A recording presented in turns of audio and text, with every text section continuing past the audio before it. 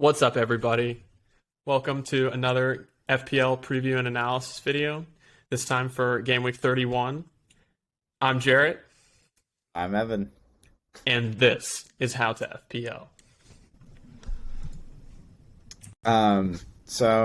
Yeah. How you guys doing? It's been a couple weeks since our last video. We're glad to be back to bring you guys some more quality content. Jarrett, what's your team looking like for this week? Absolutely.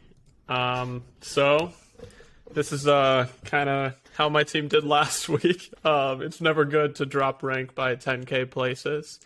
And last week, to say it was a disappointment is an understatement. I had 4 players unexpectedly miss out, which is obviously never good. But you know what? We move on. At least my captain scored well. We live and we learn. Yeah, Kane did great. And I also think that, if you're just looking at your score, you got 14 points above the average for this game week, and you still dropped rank. I think it just goes to show how competitive things are in the top 50k this season, even the top 100k. You can do well above average and get a red arrow. You can drop a couple points off of the people around you in rank and drop several thousand in rank. Yeah, definitely. So I don't think a red arrow is anything to be, it's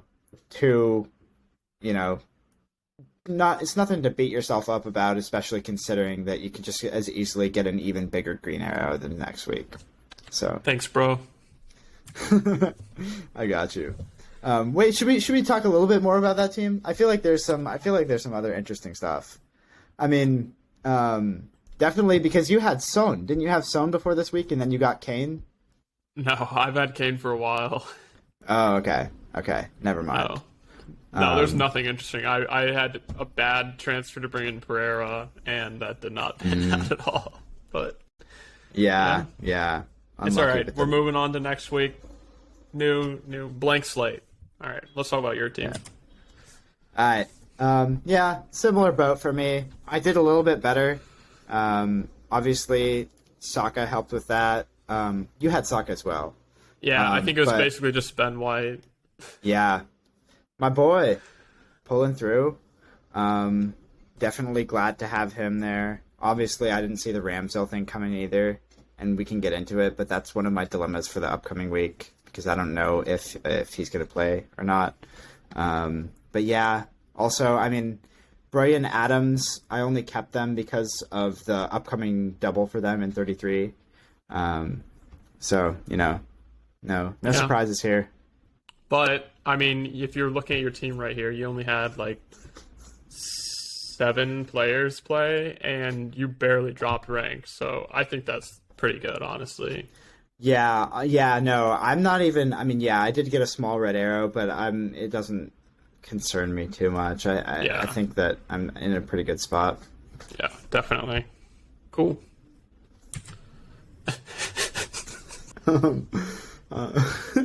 So what is this? What? It looks like Kurt Zuma has astonishingly surged to the top of the captain poll after weeks of never being. I know, right? After weeks of never even seeing his name pop up in the captain poll, he's jumped up to a whopping 68% of the vote among Fantasy Football Scout members for who to captain this game week. Jared, do you have any thoughts? I might have to rethink my transfer plans for this week.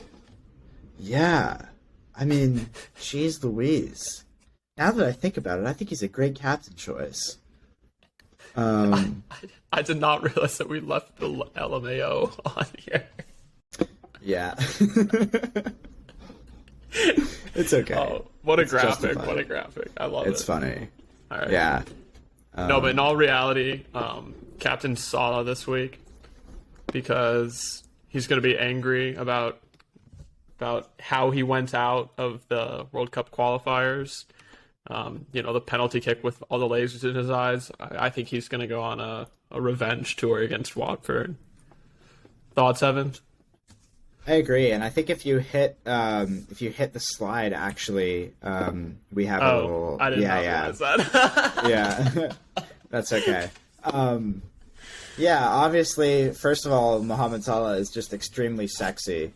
Um, so that's one reason you should captain him. But I fully agree with what Jarrett said. I do think that he will be hungry for goals. And after we talked about it a little bit before this, and I think you convinced me more that he was probably going to play, especially considering everybody who might replace him or might be threatening his minutes also played a full 90, or either 90 or 120 minutes. Yeah, so let me just talk through my reasoning real quick. So, Yeah, obviously, Liverpool and Man City are in a really competitive title race right now, and neither team can afford to drop points, even though they're in plenty of competitions right now. So, I think both managers, pretty much week in, week out, are going to field their strongest 11 in basically every competition, unless someone just really needs a rest. Because we're to the point of the season where there aren't a ton of games left, and even though they're all close together, you just everything's a game you gotta win. And if you think about, even if you do think Salah might get rotated this week, if you think about the people that might replace him, right? You have Mane, who played just as much as Salah did. Then you have Luis Diaz, who played a bunch over the international break for Colombia. And then you have Jota, who played for Portugal over the international break. So it's not like anyone is fully rested. So if no one's, fully rested, why would they play someone who's not fully rested over Salah, who's going to be desperate to play? yeah. No, I think I agree. I think it's very likely Salah will start. I do think that if your judgment differs, like talking to the viewer here, if you think that Salah's not going to start, then I think Kane is a perfectly reasonable captain option. Like, especially if you're trying to catch up, I think he could be a very good Maverick pick. You would definitely shoot up in rank if Salah gets benched and has like a 10-minute cameo or something like that, Yeah. and then Kane scores brace. Yeah, especially if you're chasing, he could be a good pick. Yeah. But if for anyone who's like remotely satisfied with your rank, I would just captain Salah. Yeah, I agree. I'm too scared of what's going to happen if I don't. And so. segueing into the into the next topic. Yeah, the goal scorer odds. Obviously, we've got Liverpool up at the top here. It, for all intents and purposes, Liverpool are going to destroy Watford. Could be wrong, but I think that's what most people think. Obviously, Ronaldo's up there. I don't think a lot of people are considering him just because of Harry Kane. I don't think a lot of people have two expensive forwards, and I don't know why you would go Ronaldo over Kane with Kane's form right now. Obviously, a couple of these people have double game weeks. Calvert-Lewin. I guess it's just Calvert-Lewin. Weghorst. You have Weghorst, Jarrett. What are your thoughts on Weghorst for this week? Weghorst. He's let me down a few times. There's no way he could let me down again, right? I think he's overdue to finally return on your investment. I hope so.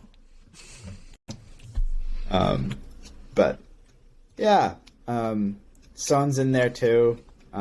Look, we even have Lukaku thrown into the mix. How do you guys like that? I'm not sure how he keeps making these goal scorer odds. He doesn't even play. Yeah. But somebody up there thinks he's going to score. Yeah. Well, that's a good point. I think these numbers are based on if the player starts. Yeah. So take some of these with a grain of salt. Fair enough. Lukaku doesn't do much, but he does score.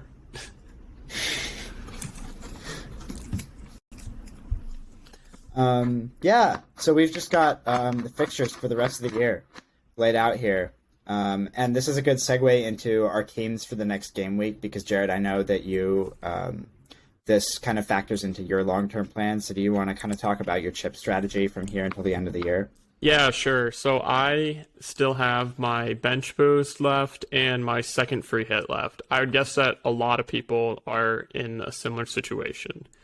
And for my team in particular, I can, with only free transfers, I can get to 15 like pretty good players for game week 33, which inclines me to probably use the bench boost then. Now let me just go through why I think bench boost 33 is probably better than 36, especially in my team's case. It's just that if I'm looking at the fixtures in 33, right, like obviously there's a lot of doubles there, and even the teams that don't double that still play have like a pretty good fixture. Like I wouldn't want to bench them. Like Man City's playing Brighton at home. Liverpool's playing Man United at home. Salah got a hat trick the last time he played Man United. Like I don't really have players that I would want to bench really. And then if I look at 36, the fixtures seem to be a lot more kind of black and white in my opinion. Like there are teams that you clearly want players from and teams that you clearly don't. For example, like if you're looking at the Spurs double in 36, a lot of us have 2 or 3 Spurs players, and Spurs are playing Liverpool and Arsenal. And even though they double, like that's not a very good double. You might only want Harry Kane from that.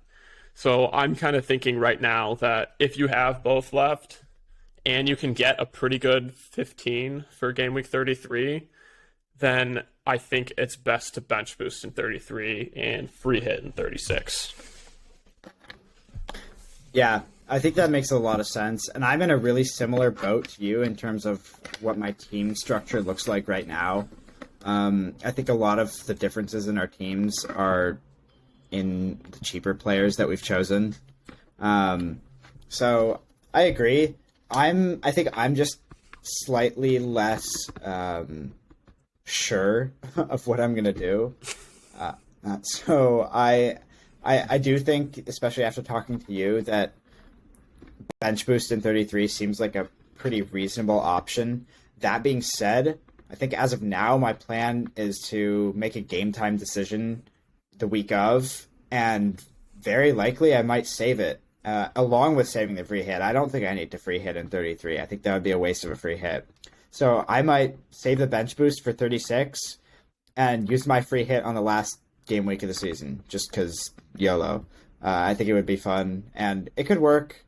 There are people who, that's a historically high-scoring game week, so you never know. You could bring in some Mavericks that can stir the pot and maybe make something happen.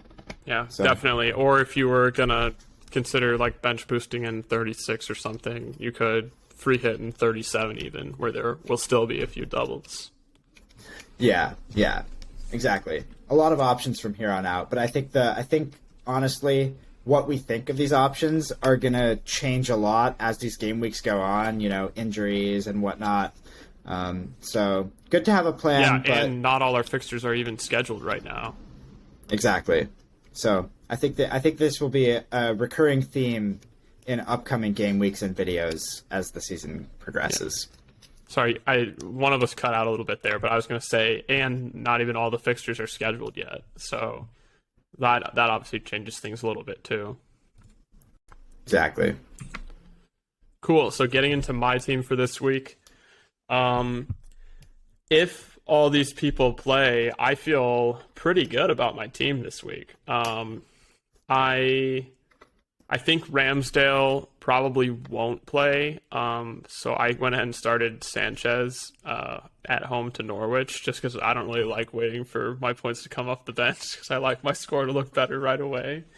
But, either one of those guys could probably start. Now I've got Trent starting at the back.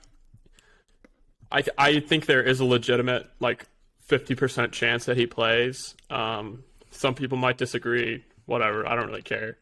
But if he does play, I think he can score really well. If he doesn't, I've got Ait-Nouri home against Aston Villa coming off the bench, so it's not really a huge deal for me.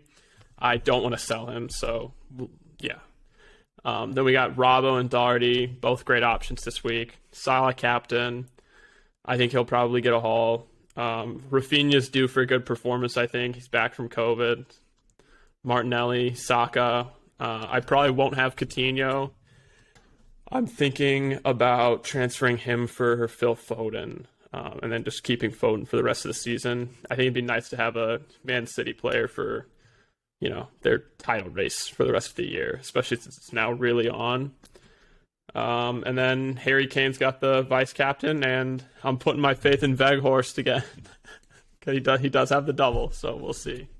Yeah, I think that looks like a really good team, and I think your Coutinho to Foden transfer is one that it can hardly go wrong. I mean, I think that is one of those transfers that, especially considering Coutinho's blank a few game weeks down the line, it generally seems like an easy sell for an easy buy. So I think with those ones, you kind of make your decision and you don't look back. And I think you'll be glad you did it if you make that move. Yeah, Coutinho has obviously gotten a few mega hauls for me since I brought him in on my wild card back in game week 26. But you know what? Got to move with the fixtures. Move with fixtures. Fixtures of reform. But anyway. No. But that's a separate debate. We'll talk about that next episode. So I have 2 free transfers this week, and I'm in one of those situations where, again, I actually would rather put my free transfer that I have to spend. I would rather just spend the one and then have 2 free transfers again next week. I'm not sure that it's going to play out that way, but I'm pretty happy with my team as it is. And I kind of value the extra week's worth of information over whatever points I would get from making that extra transfer this week. But obviously I have a keeper issue. I'm debating getting rid of Ramsdale or Dubravka. I think there are pros and cons to getting rid of each one. Obviously, getting rid of Ramsdale for Pope, they're much more similar in price. Whereas if I got rid of Dubravka, I would be exchanging a cheap keeper for an expensive. I would have 2 expensive keepers. I don't know how I feel about that. Yeah. That being said, it feels really wrong to get rid of Ramsdale. I've had him for so long, and he's been such a good keeper for me. I mean, I would be losing not only team value, but also I don't know. It just seems like once he gets better, I would just want him back again. So that's kind of where my thoughts are. I'm honestly going to make a game time decision based on the pressers. So we'll see how that goes. Obviously, Kilman is an issue as well. He also blanks at 33. So I'm definitely considering getting someone like James or Cancelo. That's another decision where I'm actually not sure which one of those defenders I want, and I would rather wait the extra week to really think on it and get some more info rather than rush the transfer and make the wrong decision this week just for the sake of whatever clean sheet points and assist points they would get for this week. Yeah, and it's not like you're really in a rush to play one of those guys over one of your current starters. It's not like you have any bad starters this week. So exactly, and I wouldn't call what I have right now a benching headache, but I would happily start White if I didn't feel like I had 11 better players to start above him. So I'm totally happy with my team for this game week. It's just a question of how I want to prioritize my transfers for the next few weeks. Yeah, makes sense. Yeah. Any other thoughts, Jarrett? No, I don't Not even think about so. this team. Yeah, cool. What'd you say? Nah, nothing. We're good. I think your team looks great, man. I think you're set up for some successful hauls. I like the parts that look like my team. How about that? Yeah, fair enough. Hey, Kulu though. Kulu doesn't look like your team. What do you think No. of Kulu? No, he doesn't. Gimme, gimme, gimme a ginger from Sweden. All right, moving on. All right, that being said, if you're not subscribing, make sure to subscribe, hit that bell button, get notified for all our videos, and check out our social medias, Instagram and Twitter. Straight fire. Absolutely. Thank you guys for watching, and we will see you next week. Bye.